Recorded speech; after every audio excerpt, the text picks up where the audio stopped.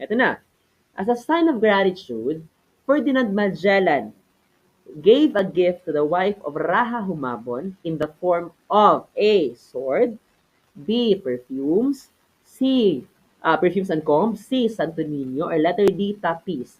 Ano po yung ibinigay ni Ferdinand Magellan doon sa asawa ni Raja Humabon?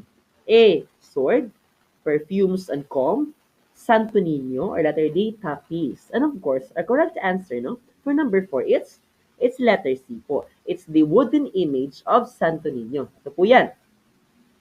Yung wooden image of Santo Niño po ay binigay ni Magellan doon sa asawa ni Raha Humabon, no, na si Queen Juana as a baptismal gift. Kailan po yan naganap, sir? Noon pong first mass sa Limasawa. No? Take note po, first mass po, yung first mass, pinakaunang misa sa Pilipinas, ay nangyari po dyan sa may Limasawa. Now, another question sa board exam. Sino po yung nag-administer ng pinakaunang misa sa Limasawa? It's Father Pedro de Valderrama, no? Father Pedro de Valderrama, yung pinakaunang yung paring nag-administer ng pinakaunang misa sa Pilipinas. Now, the wooden image of Santo Niño na ibinigay ni Ferdinand Magellan kay Queen Juana ay ito rin po yung naging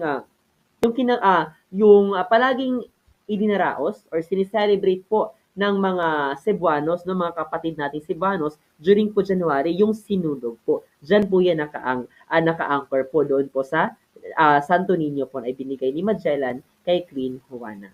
Gets na gets po yan.